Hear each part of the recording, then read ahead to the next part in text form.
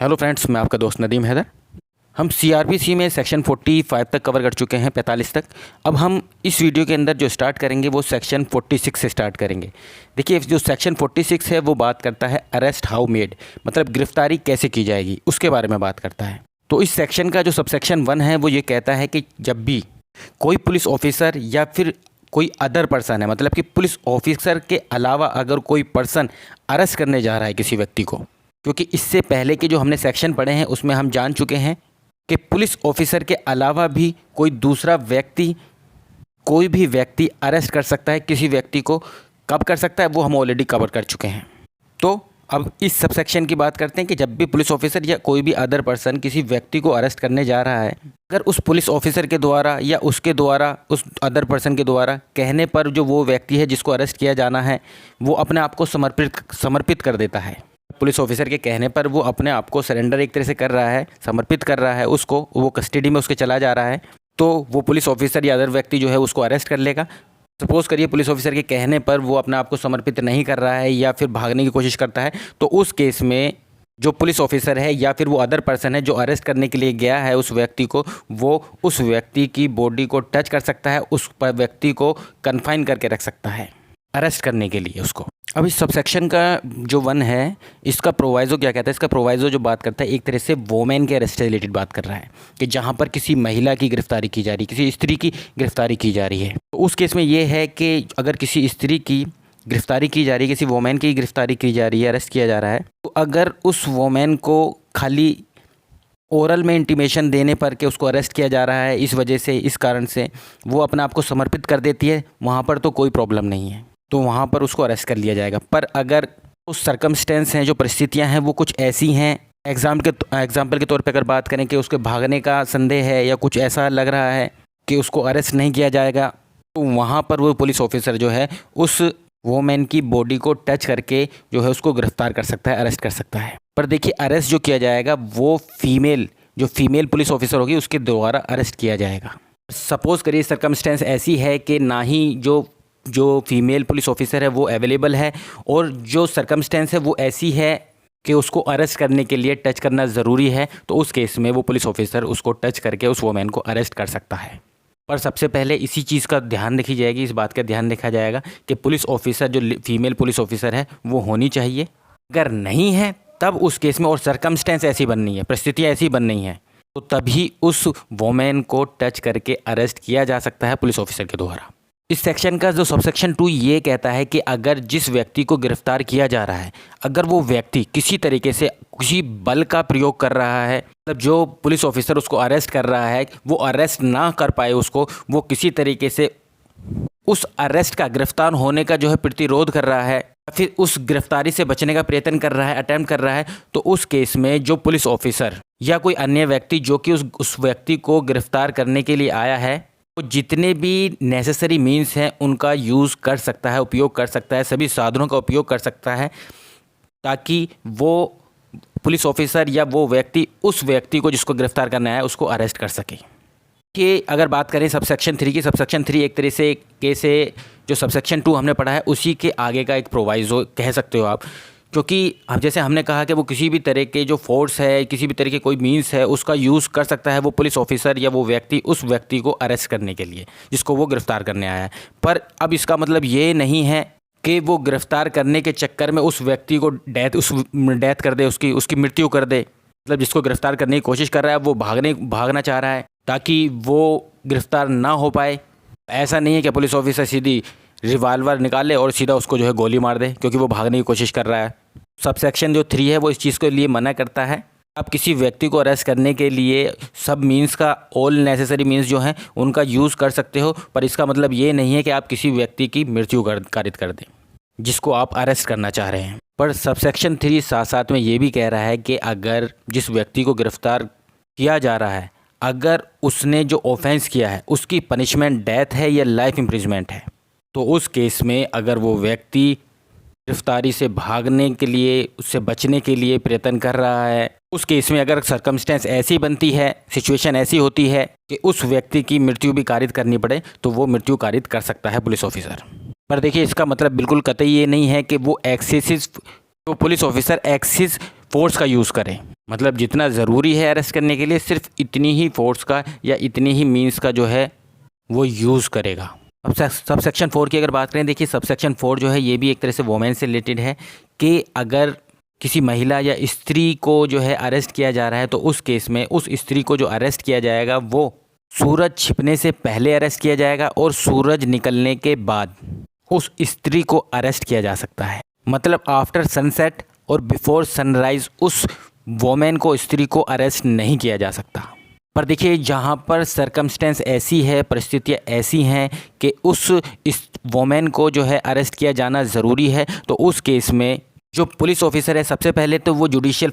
Magistrate first class है, उसकी permission लेगा और लिखित रिपोर्ट करके ये परमिशन जो है ली जाएगी। तब राइटिंग में आप रिपोर्ट तैयार करेंगे और रिपोर्ट तैयार करने के बाद तब आप परमिशन लेंगे जुडिशियल मजिस्ट्रेट फर्स्ट क्लास से, और जो उस वोमेन को अरेस्ट किया जाएगा वो वोमेन पुलिस ऑफिसर के द्वारा ही अरेस्ट किया जाएगा। अब बात करते हैं सेक्शन 47 की। देखिए सेक्शन 47 की जो हेडिंग है वो कह रही है search of place entered by person sought to be arrested. मतलब सेक्शन 47 जो है वो उस स्थान की तलाशी से रिलेटेड है कि जहां पर जिस पर्सन को अरेस्ट किया जाना है वो एंटर कर गया है वहां पर। हम इसको डिटेल में पढ़ लेते हैं। इसका सबसेक्शन 1 जो है वो ये कहता है कि अगर किसी व्यक्ति के खिलाफ अगर कोई वारंट इशू हुआ है उसको अरेस्ट करने से रिलेटेड, या फिर किसी पुलिस ऑफिसर के पास ये अथॉरिटी है कि वो उस पर्सन को अरेस्ट कर सकता है, तो जो पुलिस ऑफिसर है या फिर उस वारंट को एग्जीक्यूट करने के लिए किसी अन्य व्यक्ति को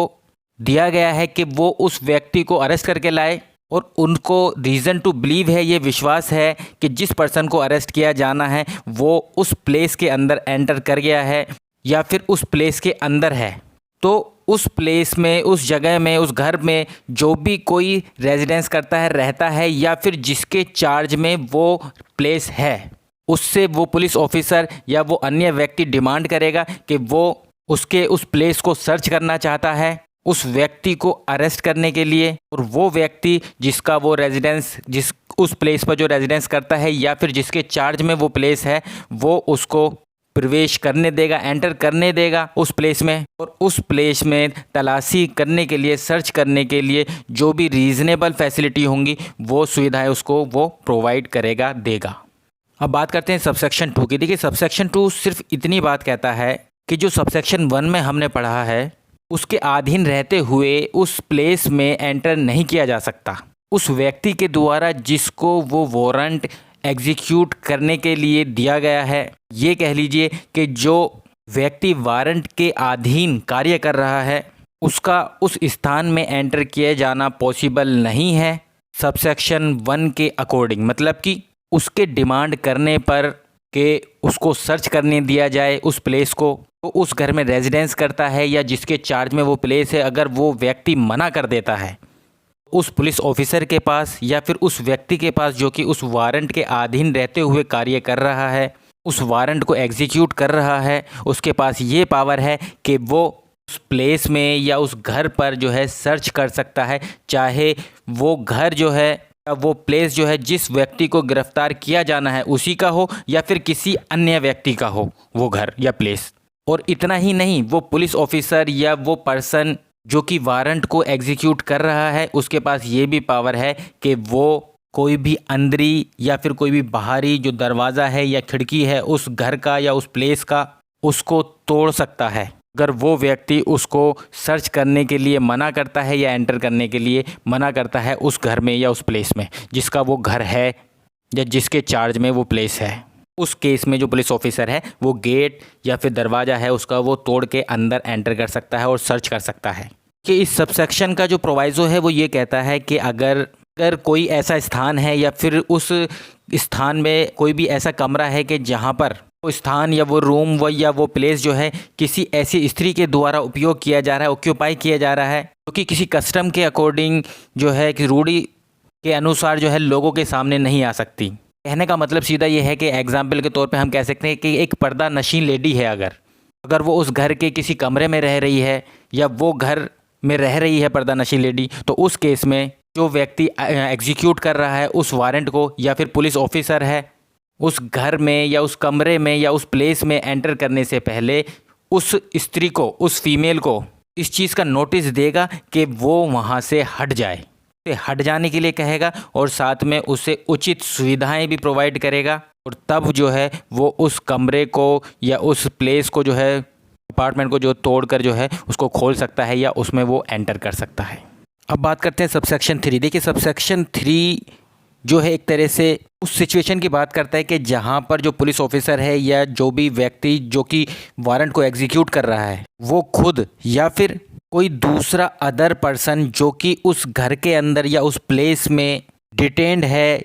जो वहाँ पर निरुद्ध है, उस घर से उस प्लेस से बाहर निकलने के लिए वो पुलिस ऑफिसर या वो पर्सन जिसको वारंट एग्जीक्यूट करने के लिए दिया गया है, खुद को बाहर निकालने के लिए उस घर से या उस प्लेस से, या फिर किसी अन्य व्यक्ति को जो कि वहाँ पर डिटेन्ड है उसको बाहर निकालने के लिए वो किसी भी अंदरूनी या फिर जो बाहर की जो खिड़की है या दरवाज़ा है उसको तोड़ सकता है वहाँ से बाहर निकलने के लिए। सेक्शन 2 में एंटर की बात करी है कि घर में एंटर करने के लिए वो तोड़ सकता है दरवाज़ा या खिड़की, और ये जो सबसेक्शन 3 है इसमें बात कर रहा है बाहर आने के लिए, उस घर से उस प्लेस से बाहर आने के लिए दरवाज़ा या खिड़की जो है तोड़ा जा सकता है। सेक्शन 48 की अगर बात करें, सेक्शन 48 की जो हेडिंग है वो कहती है pursuit of offenders into other जुडिक्शन। Hindi में कहा जाएगा अन्य अधिकारिकताओं में अपराधियों का पीछा करना। ये सेक्शन ये कह रहा है कि जो पुलिस ऑफिसर है अगर वो किसी भी व्यक्ति को गिरफ्तार करने के लिए एक तरह से ऑथराइज है और वो भी बिना वारंट के, जो पुलिस ऑफिसर है वो उस व्यक्ति का पीछा इंडिया के किसी, भारत के किसी भी स्थान पर कर सकता है। तो एक तरीके से जो पुलिस ऑफिसर है अपनी जुडिक्शन से बाहर जाकर भी इंडिया में कहीं भी उस व्यक्ति का पीछा कर सकता है, वो उस व्यक्ति को गिरफ्तार करने के लिए। मतलब ये नहीं है कि उसके जुडिक्शन से अगर वो बाहर व्यक्ति चला गया है तो वो अब उसका पीछा करना बंद कर दे, नहीं, वो उसके बाहर भी पीछा कर सकता है। पूरी इंडिया के अंदर वो कहीं पे भी उस व्यक्ति का पीछा कर सकता है उसको गिरफ्तार करने के लिए। सेक्शन 49 की अगर बात करें, सेक्शन 49 बात करता है नो अननेसेसरी रिस्ट्रेंट, अनावश्यक अवरोध ना करना। मतलब जो पुलिस ऑफिसर है या फिर कोई भी दूसरा पर्सन है जो कि जिसके पास किसी व्यक्ति को अरेस्ट करने की पावर है, वो सिर्फ उतना ही पावर का यूज़ करेगा इतनी की ज़रूरी है कि वो व्यक्ति जिसको वो अरेस्ट कर रहा है वो भाग ना जाए, उसे रोकने के लिए जितना आवश्यक है सिर्फ इतना ही वो जो है पावर का यूज़ किया जाएगा, उससे ज़्यादा वो रिस्ट्रेंट का यूज़ नहीं करेगा। तो इस वीडियो के अंदर इतना ही, बाकी के बचे हुए सेक्शन हम दूसरी वीडियो में देखेंगे। Thank you very much.